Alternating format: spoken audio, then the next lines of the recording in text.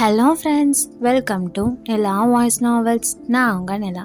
இப்போ நம்ம பார்த்துட்டு இருக்க கதை அவனுக்கு நிகரவள், எபிசோட் 32. வாங்க கதைக்குள்ள போகலாம்.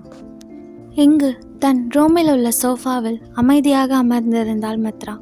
அவளை தேடி சர்வா மற்றும் துருவன் இருவரும் வந்தார்கள். வாசலில் நின்று கொண்டே குட்டிமா என்று அழைத்தான் துருவன். அவர்கள் இருவரையும் திரும்பி பார்த்த மித்ரா, உள்ள வாங்கனா என்று அழைத்தாள். உள்ளே வந்தவர்கள் அவளுக்கு எதிரில் இருந்த சோஃபாவில் அமர்ந்தார்கள். ஒரு நொடி அவள் முகத்தை பார்த்து சர்வா பிறகு பேச தொடங்கினான். சாரி குட்டிமா, அவங்க உன்னோட சிஸ்டர்ஸ்னு எங்களுக்கு தெரியாது என்று சொல்ல, தெரிஞ்சிருந்தா நாங்கள் முன்னாடியே இதை பற்றி உன்கிட்ட சொல்லியிருப்போம் என்று சொன்ன சர்வாவை தொடர்ந்து துருவனோ, நீ எல்லாம் என்னை மன்னிப்பியான்னு கூட தெரியல குட்டிமா. உன்னோட தங்கச்சி கழுத்தில் அவள் விருப்பமே இல்லாமல் நான் தாலி கட்டியிருக்கேன். நிச்சயம் என் மேலே உனக்கு நிறைய கோபம் இருக்கும்ல என்று கேட்க, ஒரு நொடி அவர்கள் இருவரையும் உற்று பார்த்த மித்ரா பிறகு துருவனை பார்த்து மெலிதாக சிரித்தவள், என்ன நான் சொல்கிறீங்க, நீங்கள் அவள் விருப்பம் இல்லாமல் அவள் கழுத்தில் தாலி கட்டினீங்களா என்று மித்ரா கேட்க, அவளை தான் பார்த்து கொண்டு இருந்தான் துருவன். தொடர்ந்த மித்ராவோ, என்னென்ன அப்படி பார்க்குறீங்க, அவளுக்கு விருப்பம் இல்லாமல் நீங்கள் தாலி கட்டினதாக தானே நினச்சிட்ருக்கீங்க. ஆனால் அப்படியெல்லாம் இல்லை, அவளுக்கு விருப்பம் இருந்ததுனால தான் உங்களால் தாலி கட்டவே முடிஞ்சது. நீங்கள் என்கிட்ட சொன்னீங்கல்ல, அவளுக்கு பிடிக்காம அவள் கழுத்தில் இருக்க தாலியை கழட்டி என் மேலே எரிஞ்சிட்டு போயிருந்தா கூட நான் தடுத்திருக்க மாட்டேன்னு. ஆனால் ஒரு உண்மையை சொல்லட்டா, அவளுக்கு பிடிக்காம அவள் கழுத்தில் தாலி கட்டுறதில்லை, அவள் முன்னாடி உங்களால் தாலியை உயர்த்த கூட முடிஞ்சிருக்காது. நேஹா, தர்ஷு 2 பேருமே என்ன மாதிரி தான். அவங்களுக்கும் எல்லா செல்ஃப் டிஃபென்ஸும் தெரியும். நீங்கள் அவள் கையை பிடிச்சி கூட்டிகிட்டு போய் அவள் கழுத்தில் தாலி கட்டினதா சொன்னீங்கல்ல, ஆனால் நான் ஒன்று சொல்லட்டா, அவளோட அனுமதி இல்லாமல் அவள் விரல இல்லை நிழலை கூட யாராலையும் தொட முடியாது. அவள் மனசில் நீங்கள் இருந்ததால் மட்டும்தான் உங்களால் அவள் கழுத்தில் தாலி கட்ட முடிஞ்சது என்று சொன்ன மித்ராவை சற்று அதிர்ச்சியுடன் பார்த்த துருவனோ, நீ என்னம்மா சொல்கிற, அப்போது என்ன நான் அவளை கல்யாணம் பண்ணும் போதுலேருந்தே லவ் பண்ணுறான்னு சொல்கிறியா? ஆனால் அவள் இப்போ வரைக்கும் நான் இந்த மேரேஜ் அக்செப்ட் பண்ணிக்கிட்டேன், ஆனால் என்றைக்குமே உங்களை அக்செப்ட் பண்ணிக்க மாட்டேன்ல சொல்கிறா என்று கேட்ட துருவனை பார்த்து அழகாக சிரித்த மித்ராவோ, உங்களுக்கு உங்கள் வர்ஷினியை பற்றி எந்த அளவுக்கு தெரியும்னு எனக்கு தெரியலண்ணா, ஆனால் எனக்கு என் மேகாவை பற்றி நல்லா தெரியும். அவள் உங்களை ரொம்ப ரொம்ப லவ் பண்ணுறான். அவள் இந்த கல்யாணத்தை பற்றி என்கிட்ட மறைச்சது கூட என்கிட்ட சொல்லக்கூடாதுங்கிறதுக்காக இல்லை. எங்கே அவள் விருப்பம் இல்லாமல் நீங்கள் அவளை கல்யாணம் பண்ணது எனக்கு தெரிஞ்சா என்னால் உங்களுக்கு ஏதாவது பிரச்சனை வந்துடுமோன்னு தான். காதல் ஒருத்தரை என்ன வேணால் செய்ய தோன்றோன்னா, அவள் உங்கள் மேலே வச்சிருக்க கண்மூடித்தனமான காதல் தான் என்கிட்ட இருந்து உண்மையை மறைக்கிறதுக்கு காரணமாக இருந்துச்சு என்று சொன்ன மித்ரா திரும்பி சர்வாவை பார்த்து, எப்படி நீங்கள் நினச்சிருந்தா அந்த இடத்துல அந்த கல்யாணம் நடக்காமல் தடுத்து இருக்க முடியுமோ அதே மாதிரி வேதா நினச்சிருந்தாலும் முடியும். ஆனால் அவள் அதை செய்யலைங்கிறப்போ அதுக்கு வேறு என்னமோ ரீசன் கூட இருக்கலாம். மேபி உங்களை மாதிரியே அவளுக்கும் உங்களை பிடிச்சி கூட இருக்கலாம். உங்களை லவ் பண்ணுறாளா இல்லையா, இல்லை இந்த வாழ்க்கை நிரந்தரமாக இல்லையான்ற பல கேள்விகள் கூட அவளை இந்த உண்மையை பற்றி என்கிட்ட சொல்ல விடாமல் தடுத்திருக்கலாம். முதல்ல இந்த கல்யாணத்தை பற்றி அவள் ஒரு முடிவு பண்ணிவிட்டு அப்புறம் என்கிட்ட சொல்லலான்னு கூட நினச்சிருக்கலாம்.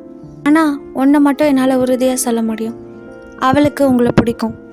எதை வச்சு நான் சொல்கிறேன்னா, அவளுக்கு உங்களை பிடிக்காமல் இருந்திருந்தா உங்கள் கூட ஒரு மாதம் இல்லை ஒரு நிமிஷம் கூட இருந்திருக்க மாட்டா என்று சொன்ன மித்ராவை பார்த்த சர்வா மற்றும் துருவன் இருவருக்கும் அத்தனை ஆச்சரியமாக இருந்தது.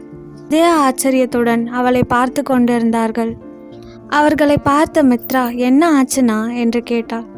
அவளை பார்த்து மென்மையாக சிரித்த இருவரும், இல்லைம்மா, அவங்கள பற்றி உனக்கு புரிய வச்சு உன்னை சமாதானப்படுத்தலான்னு நாங்கள் வந்தால் நீ அவங்கள பற்றி எங்களுக்கு புரிய வச்சிட்ருக்க என்று சொல்லி சிரித்தவனை பார்த்த மித்ராவோ தானும் சிரித்து விட்டு, அவங்கள பற்றி எனக்கு தெரியும்னா என்று சொன்னாள். அதை பார்த்த துருவன், உனக்கு தான் அவங்க இதனால தான் பண்ணியிருப்பாங்கன்னு தெரியுதுலம்மா, அப்புறம் ஏன் அவங்க மேலே கோவப்படுற என்று கேட்டான். சர்வாவும் அவள் என்ன பதில் சொல்ல போகிறாள் என்று அவளையே பார்த்து கொண்டிருந்தான். இருவர்களையும் பார்த்த மித்ரா, இங்கே பாருங்க, அது வேறு டிபார்ட்மெண்ட், அது எங்கள் பிரச்சனை, அதில் நீங்கள் 2 பேரும் தலையிடாதீங்க என்று சொல்ல அவளை பார்த்து சிரித்த இருவரும் சரி சரி நாங்கள் தலையிடல என்று சொன்னவர்கள் அவங்கள பற்றி நீ கவலைப்படாதம்மா, அவங்கள நாங்கள் பத்திரமா பார்த்துப்போம் என்று சொல்ல அவர்களை பார்த்து சிரித்த மித்ராவோ எனக்கு தெரியும்ண்ணா நீங்கள் அவங்கள நல்லா பார்த்துப்பீங்கன்னு, உங்கள் 2 பேரையும் நினச்சி எனக்கு எந்த கவலையும் இல்லை, என்ன உங்கள் 2 பேரை நினச்சாதான் கவலையாக இருக்குது என்று சொன்னவளை குழப்பத்துடன் பார்த்தார்கள் சர்வா மற்றும் துருவன் இருவரும். அவளுங்க பண்ண போகிற டார்ச்சரெல்லாம் நீங்கள் எப்படி தான் தாங்க போகிறீங்களோ தெரியல, கீழே நடந்த பிரச்சனைக்கு இந்நேரத்துக்கு அந்த எஃபெக்ட் உங்களுக்கு காமிச்சிருக்கணுமே என்று மித்ரா சொல்ல துருவன் மற்றும் சர்வா இருவரும் திருத்திருவென்று முழித்தார்கள்.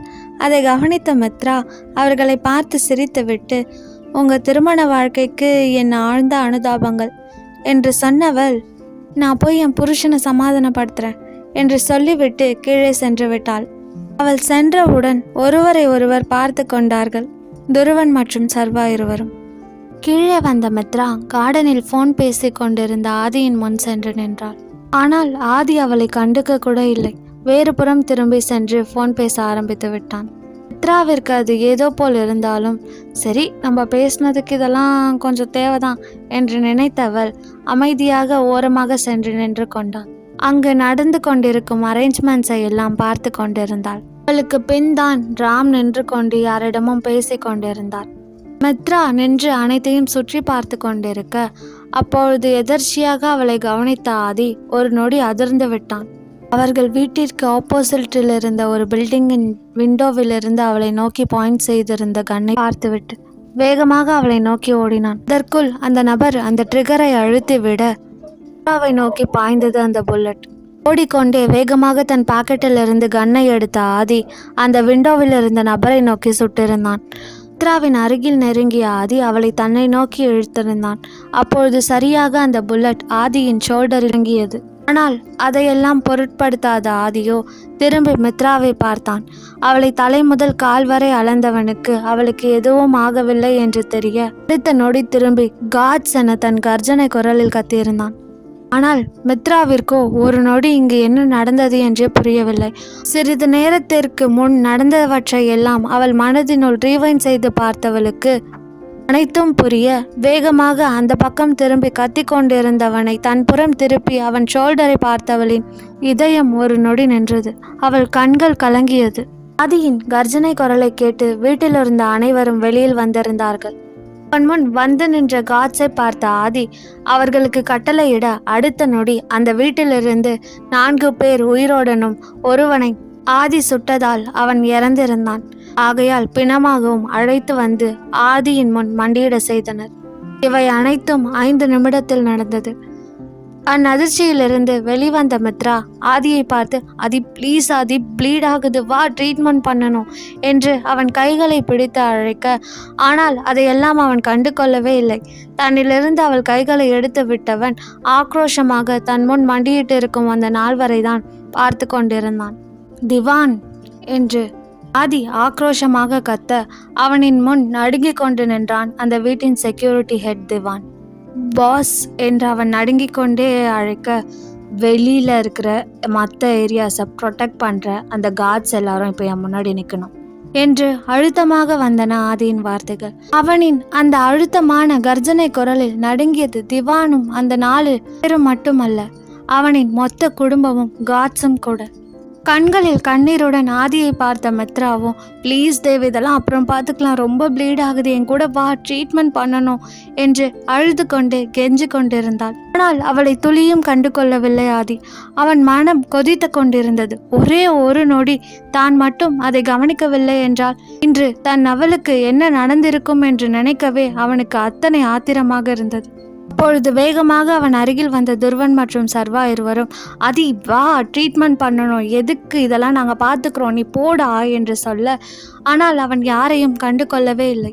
அவர்களுக்கு தண்டனை கொடுக்காமல் அவன் இங்கிருந்து வரமாட்டான் என்பதை உணர்ந்த துருவன் மற்றும் சர்வா இருவரும் மித்ராவிடம் குட்டிமா நீ அழாதடா, அவனுக்கு ஒன்றும் ஆகாது என்று சொல்லி சமாதானம் செய்தார்கள்.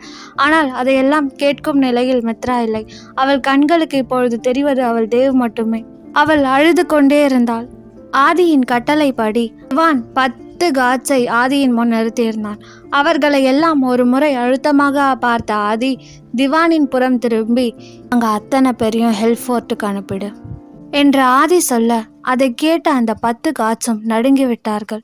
ஹெல்ஃபோர்ட், நரக கோட்டை. ஆதி ஒருவனை கொடூரமாக சாவ விட அதிகமாக தண்டிக்க வேண்டும் என்று நினைத்தால் அவர்களை அந்த ஹெல்ஃபோர்ட்டுக்கு தான் அனுப்புவான். ஹெல்ஃபோர்ட் என்பது அவனின் கோட்டை. அங்கு ஆதியால் அனுப்பப்படும் ஒவ்வொருவருக்கும் தண்டனை கொடுக்கப்படும்.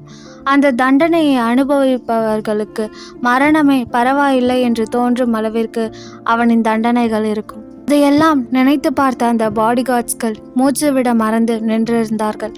அவர்கள் மனதில் இப்பொழுதே தங்களை கொன்றால் கூட பரவாயில்லை என்றுதான் தோன்றியது.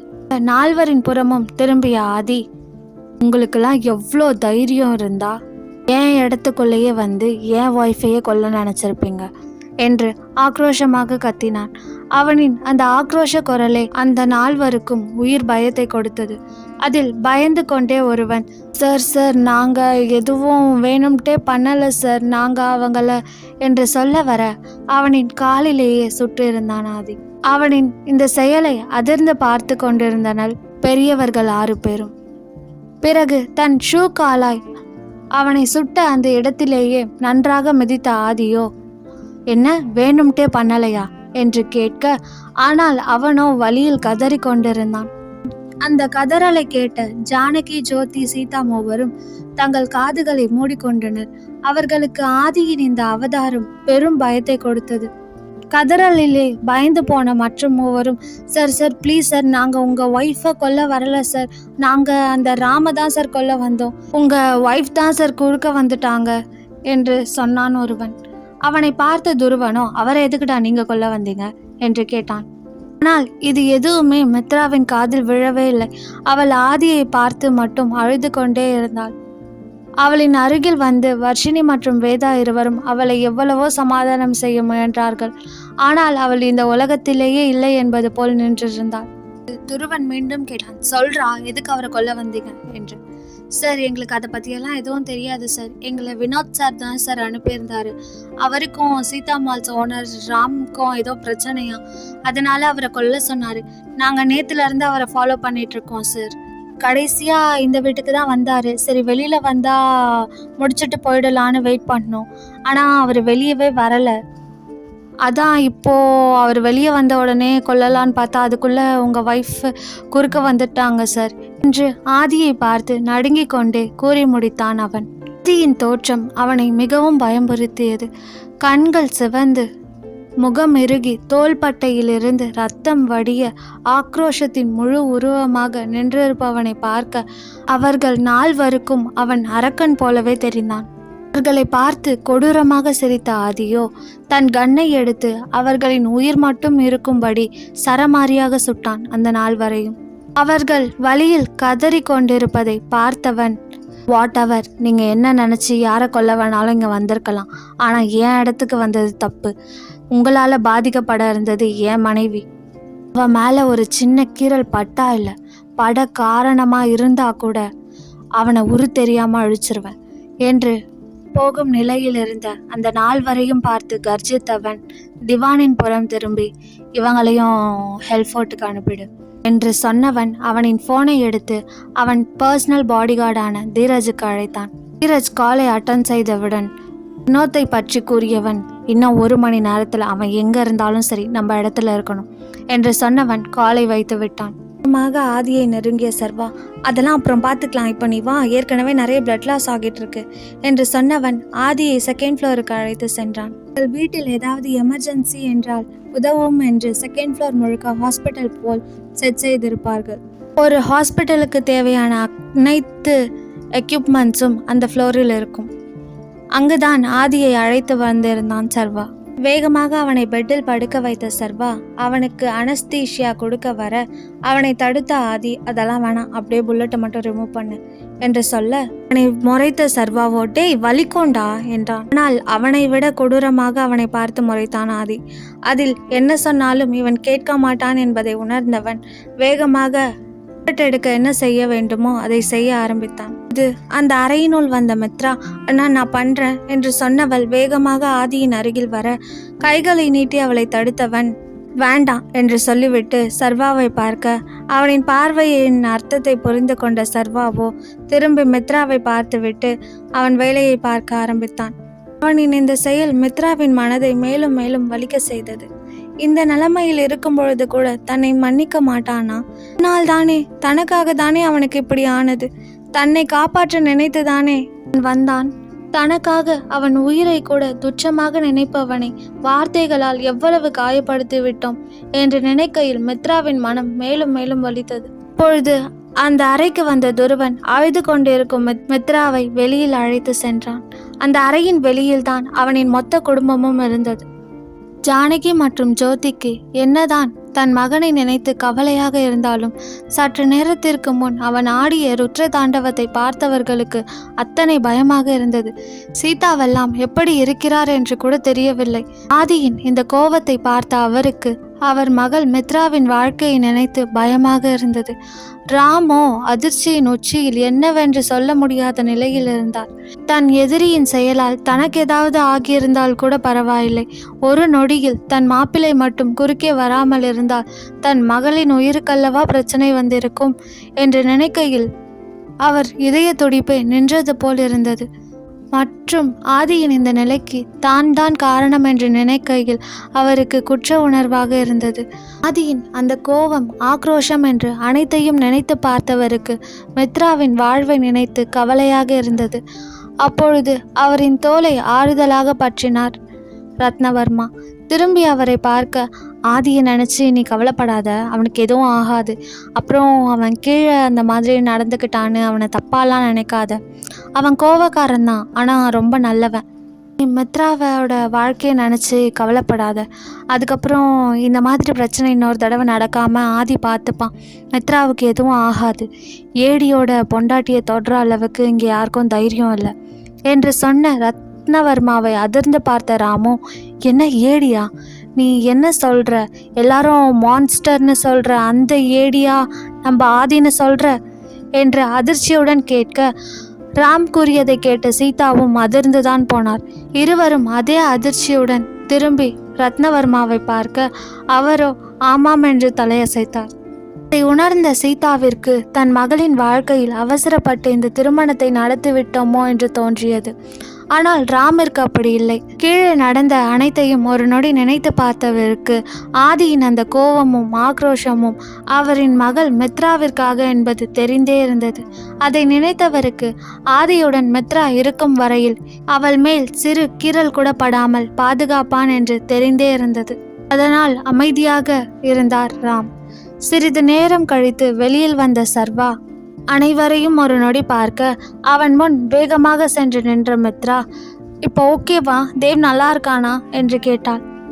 அவளின் பதற்றத்தை பார்த்து ஆதரவாக அவள் தலையை வருடிய சர்வாவோ, அவன் நல்லா இருக்காமா, ஒன்றும் இல்லை, நீ பயப்படாத என்று சொன்னவன் அவனின் அம்மாக்கள் புறமும் திரும்பி அவன் நல்லா இருக்கிறான் என்று சொன்னான். சிறிது நேரத்தில் அனைவரும் உள்ளே சென்று ஆதியை பார்க்க, அவனோ எப்பொழுதும் போல் இறுக்கமாக தான் இருந்தான். யாரிடமும் எதுவும் பேசவில்லை. ஓரிரு வார்த்தைகளுக்கு மட்டுமே பதில் சொல்லியவன் அமைதியாக இருந்தான். பார்த்த மித்ராவோ அவனுக்காக ஜூஸ் போட்டு எடுத்து கொண்டு வந்து அவன் முன் நீட்ட, அவளை பார்த்தவன் எனக்கு வேண்டாம் என்றான். ப்ளீஸ் தேவ், கொஞ்சம் குடி, ஏற்கனவே நிறைய பிளட் லாஸ் ஆயிருக்கும், டயர்டாக இருக்கும் என்று சொல்ல, ஆனால் அவன் அதன் பின் எதுவும் அவளிடம் பேசவில்லை. அவள் நீட்டிய ஜூஸையும் அவன் வாங்கவில்லை. மித்ரா மட்டுமில்லை, அவனுக்காக அம்ருவும் ஜூஸ் எடுத்து வந்திருந்தாள். அவளும் அதை ஆதியிடம் கொடுக்க, ஆனால் அமைதியாக அதை வாங்கி கொண்டான். அதை பார்த்த மித்ராவின் மனம்தான் ரணமானது. அவள் கண்கள் கலங்கியது. அதில் அந்த ஜூஸை அவன் அருகில் இருந்த டேபிளில் வைத்தவள் வேகமாக அந்த அறையை விட்டு வெளியில் சென்று விட்டாள். அதை பார்த்த பெரியவர்கள் அனைவருக்கும் அத்தனை கஷ்டமாக இருந்தது. மித்ராவின் நிலையை நினைத்து வர்ஷினி மற்றும் வேதாவும் கூட அவளை நினைத்து கவலைப்பட்டனர். அவர்களுக்கு தெரியாதா அவர்களின் சகோதரி எப்படிப்பட்டவள் என்று? இதுவரையிலும் அவள் எதற்கும் கலங்கி அவர்கள் பார்த்ததே இல்லை. அப்படிப்பட்டவள் என்று கலங்குகிறாள். ஆனால் அதற்கு காரணமானவனின் மீது அவர்களால் கோவப்படவும் முடியவில்லை. ஏனென்றால் ஒரு நொடி அவன் மட்டும் வராமல் இருந்திருந்தால் இன்று இவனிடத்தில் அவள் அல்லவா இருந்திருப்பாள். அதை நினைக்கையிலே அவர்களுக்கு ஒரு நொடி நெஞ்சம் பதறியது. பிறகு ஆதி ரெஸ்ட் எடுக்க வேண்டும் என்று சொல்லி அங்கிருந்த அனைவரையும் வெளியில் அனுப்பினான் சர்வா. ராமை கொல்ல நினைத்து தன் ஆட்களை அனுப்பிய வினோத் ஏடியின் கோவத்திற்கு ஆளாகி இருப்பதை அறிந்து கொள்வானா? அவளுக்காக தன் உயிரையும் கொடுக்க துணியும் ஆதி அவளை மன்னிக்காமல் இருப்பது ஏன்? ஆதிதான் ஏடி என்று தெரிந்த பின் தன் மகளின் வாழ்க்கையை நினைத்து கவலைப்படும் சீதா அடுத்து என்ன செய்ய போகிறார்? மித்ராவின் நிலை என்ன? இதை பற்றி மேலும் தெரிஞ்சுக்க நிலா வாய்ஸ் நாவல்ஸை சப்ஸ்கிரைப் பண்ணுங்க. இந்த ஸ்டோரி உங்களுக்கு பிடிச்சிருந்தா லைக் பண்ணுங்க, ஷேர் பண்ணுங்க அண்ட் மறக்காம சப்ஸ்கிரைப் பண்ணுங்க. பாய் ஃப்ரெண்ட்ஸ், நான் உங்க நிலா. நெக்ஸ்ட் எபிசோட்ல மீட் பண்ணலாம்.